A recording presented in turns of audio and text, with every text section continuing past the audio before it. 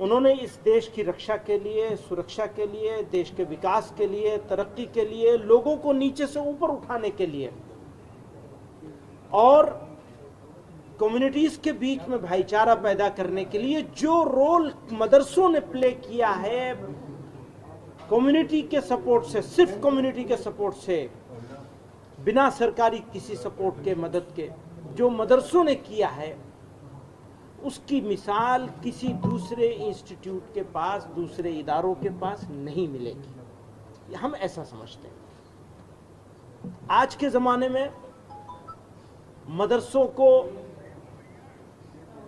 गलत निगाह से देखा जा रहा है और किन्हीं कारणों से हमारे आप बंधु लोग उसको जिस तरह से पेश कर रहे हैं,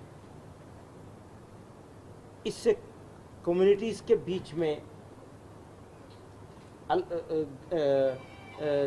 एक तरह का दूरी पैदा हो रही है। हालांकि मदरसे का काम दूरी को ख़त्म करना है। हमारा, आपका, सबका काम होना चाहिए कि कम्युनिटीज के बीच में दूरी पैदा न होने दी जाए, और किसी वजह से दूरी पैदा हो रही है उसमें हमारा भी कोई कसूर हो सकता है, उस कसूर को हम ठीक करने के लिए हमेशा तैयार थे हैं।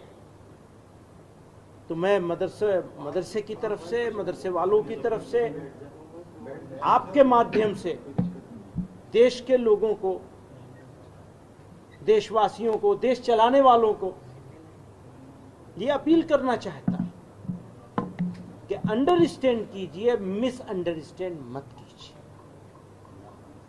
हम इस देश के लिए थे, हैं और रहेंगे। हमारा कर्तव्य है ये, और हम इस कर्तव्य से न कभी चूके हैं और न कभी चूकेंगे, न हटे हैं न हटेंगे। आप लोगों से ये अपील करना चाहते हैं और आपके माध्यम से देश तक ये बात पहुंचाना चाहते हैं।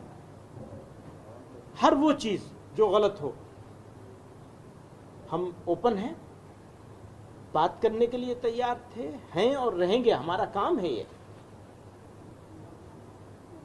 और लेकिन इस मामले में जबरदस्ती नहीं की जानी चाहिए, ये अपील करते हैं, विनती करते हैं, हाथ जोड़ के अपील करते हैं। जबरदस्ती नहीं की जानी चाहिए, बल्कि बातचीत के जरिए से जो भी इश्यूज हैं हम उसको हल करने के लिए तैयार हैं।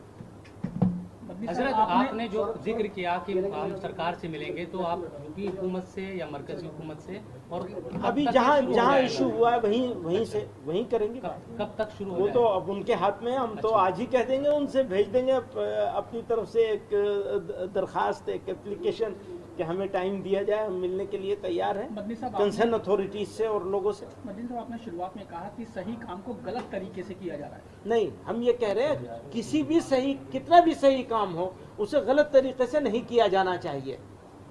डाउट क्रिएट किए बगैर बातचीत के तो हमेशा कोई भी चीज को हमेशा सही करने की, और सही है तो और अच्छा करने की हमेशा गुंजाइश रहती है। आपका कंसर्न क्या है, मतलब किस बात को लेकर शिकायत है सरकार का? कौन सी बात को लेकर? बैठना चाहिए, बात करनी चाहिए। उसको जिस तरह से पोर्ट्रे किया जा रहा है वो तरीका गलत है, उस तरीके पर जो सरकार के स्टेप है उस पर क्या करेंगे? अभी आपने देखा ना कि आसाम में क्या हुआ है, तो अब वो तरीका अगर इख्तियार किया जाएगा तो वो तो नाजायज होगा, नामुनासिब होगा। चीज को ठीक करना है, खत्म तो नहीं करना है। बस मदनी साहब, असदुद्दीन ओवैसी ने कहा कि एनआरसी की शुरुआत की जा रही है, जिससे सबसे पहले मदरसों को टारगेट किया जा रहा है। ये अभी एनआरसी के ऊपर हम नहीं बात कर रहे हैं, अभी सिर्फ मदरसे के क्योंकि ऊपर। मदरसों को टारगेट किया जा रहा है, उसके बाद सॉरी सर, प्रदेश के मुख्यमंत्री एक्सक्यूज मी सर, गवर्नमेंट ने कमेटी बनाई है, जो वहाँ की पुलिस है, आसाम पुलिस ने कमेटी बनाई है कि हम मस्जिदों, वो मदरसों पे नज़र रखेंगे। जो बाहर से लोग आते हैं, चाहे वो टीचर्स हो, इमाम हो, उनकी जो है इंक्वायरी करेंगे, उन पे नज़र रखें। इस पे उसी का हवाला दिया है मैंने कि जिस तरह से वो कर रहे हैं उस तरीके से अगर दूसरी जगहों पर भी होना शुरू होगा तो क्या मतलब होगा।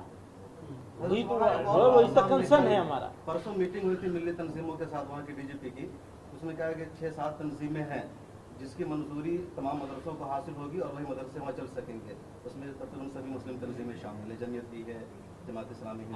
अब यही मैं कह रहा हूँ कि इसकी डिटेल में जाए बगैर एक जनरल बात है, वो ये है कि काम को जिस तरीके से डील करने की कोशिश कर रहे हैं वो तरीका गलत है, उस तरीके पर हमारा ऑब्जेक्शन है।